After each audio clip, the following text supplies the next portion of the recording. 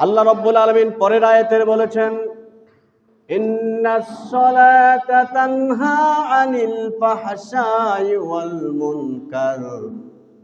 তোমার রূহটাকে তুমি পবিত্র করবে, তোমার রূহটাকে তুমি আল্লাহর কাছে দামি বানাবে, তোমার রূহটাকে তুমি রাসূলের কাছে প্রকৃত উম্মত হিসেবে গ্রহণযোগ্য হবে। যখন তোমার কোরআনের সাথে তোমার সম্পর্ক থাকবে, নামাজের সাথে তোমার সম্পর্ক থাকবে, নামাজের মাধ্যমে তুমি সেই মালিকের সাথে সম্পর্ক রাখবা, আর মালিকের কাছে তুমি দামি হয়ে যাইবা।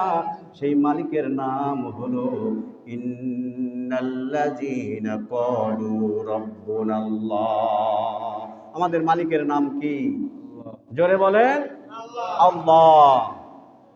যে আল্লাহ রাব্বুল আলামিন আমাকে আপনাকে সৃষ্টি করেছেন, ইনি হলো আমার আপনার মালিক, আমার আপনার রব।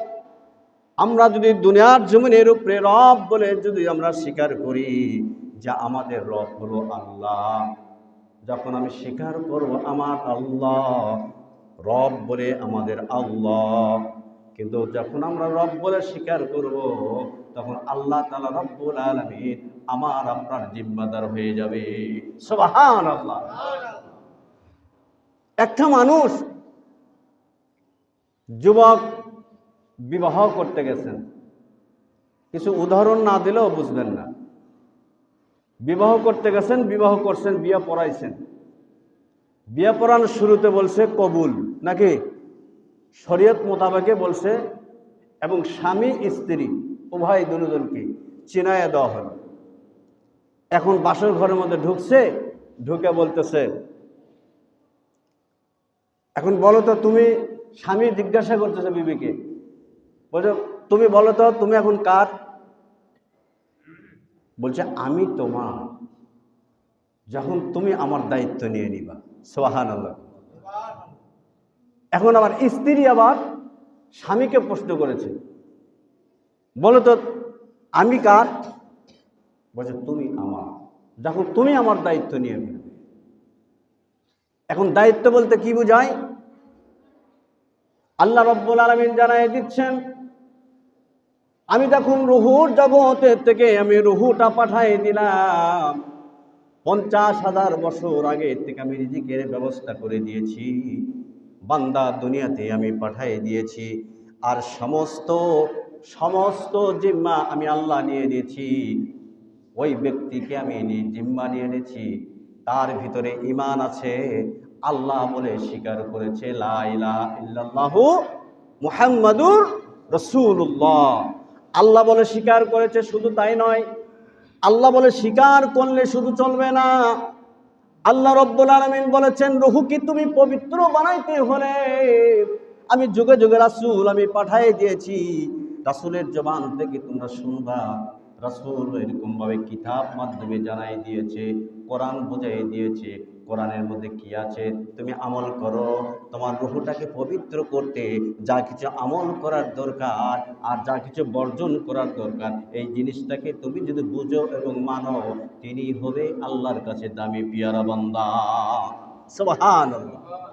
তাহলে তার রূহটা পবিত্র হয়ে যাবে, তার রূহটা আল্লাহর কাছে দামি হবে। আল্লাহ রাব্বুল আলামিন এই কথা বলবেন না যে রূহ হলো খবিশ। আহা, আল্লাহ এই কথা বলবেন না যে রূহটা হলো খবিশ, এই রূহ হলো পবিত্র। আল্লাহ রাব্বুল আলামিন কিয়ামতের ময়দানে এই রূহটাকে এত যত্ন করার কথা বলবেন। আল্লাহ বলবেন আমার মুমিন বান্দার রূহটা তুমি এমন যত্ন করো যে পৃথিবীর জমিনে আমার রাসূলের ভিতরে যেরকম 30 পারা কোরআনকে আমি আল্লাহ তাআলা লিপিবদ্ধ করে দিয়ে আমি হেফাজত করেছিলাম। সুবহানাল্লাহ। কোরআন হেফাজতের মালিক কে? আরো জোরে বলুন, আল্লাহ। আর আল্লাহ তাআলা মুমিনের রূহটা হেফাজত করবেন আল্লাহ যখন আল্লাহর হুকুম পরিপূর্ণভাবে পালন করবে। অন্য এক হাদিস শরীফের মধ্যে লেখেন, রাসূল সাল্লাল্লাহু আলাইহি সাল্লাম বলেন, তোমার রূহটা এরকম ভাবে ওই সময় পবিত্র হবে, একটা ব্যক্তি ওই রাস্তা দিয়ে যাচ্ছে, ওই রাস্তাকে, ওই লোকটাকে তুমি কখনো দিল থেকে তুমি খারাপ ধারণা করতে পারবে না। কথা বুঝতে পারছেন? একটা মানুষ রাস্তাতে যাচ্ছে, ওই লোকটাকে আমি খারাপ ধারণা করলাম, যে লোকটা নিকৃষ্ট, এই লোকটা খারাপ, এই লোকটা ভালো না, এই ধারণা করা যাবে? কথা বোঝেন নাই? ধারণা করা যাবে?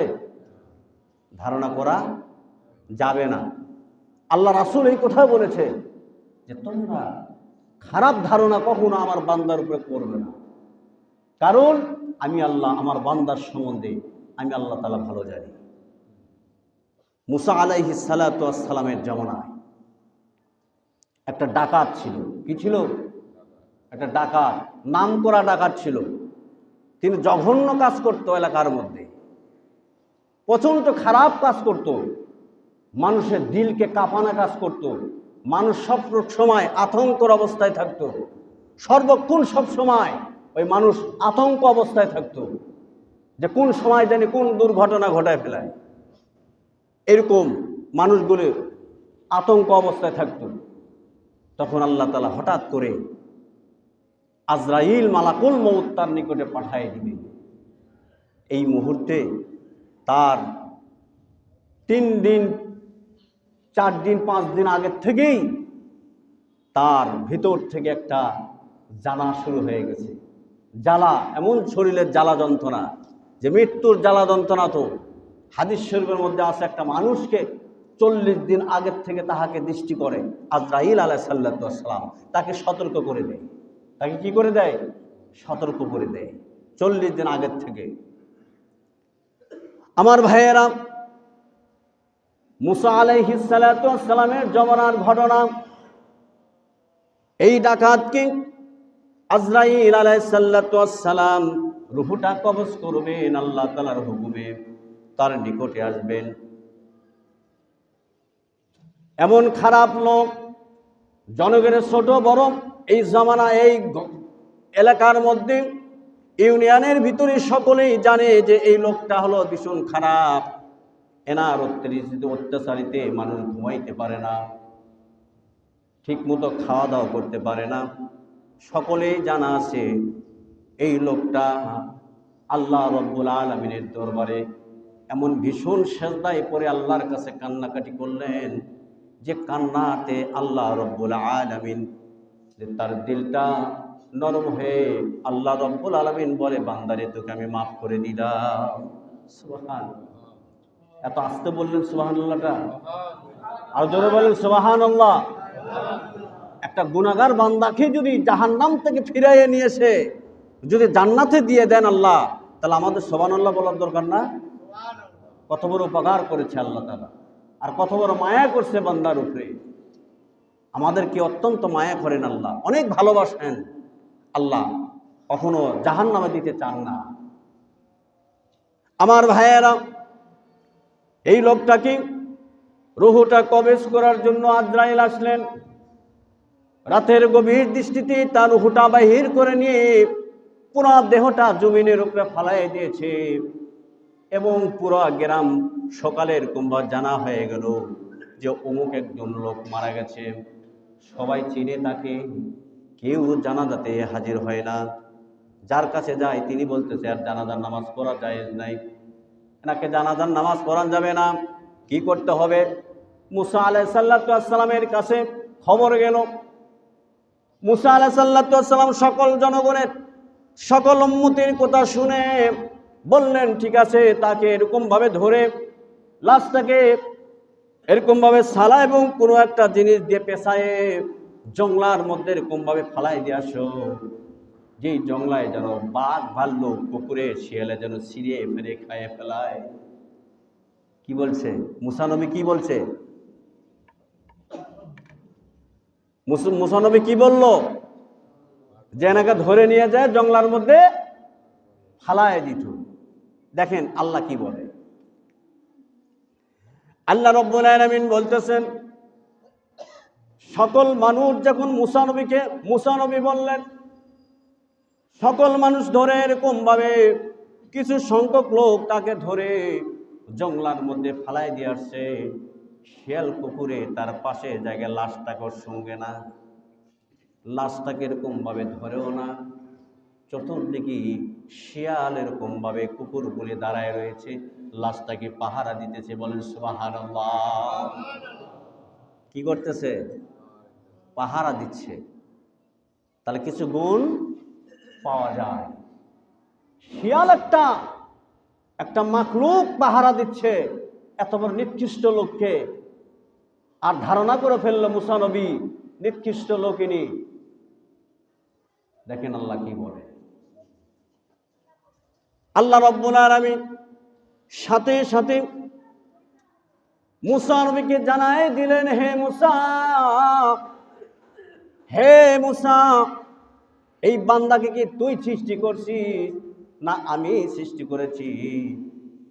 কারণ নবী হিসাবে আমি তোরে দুনিয়াতে পাঠাইছি, মানুষের কাছে দাওয়াত পৌঁছে দিবি। বাল্লিগু আন্নি ওয়ালাউ আয়া, তোরে আমি হুকুম করেছি রে মুসা, মানুষের কাছে তুই ভালো কথা জানাই দিবি।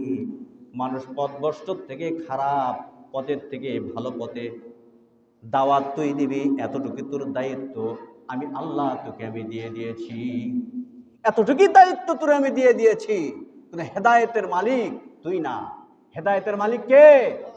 আল্লাহ। একমাত্র হেদায়েতের মালিক আল্লাহ।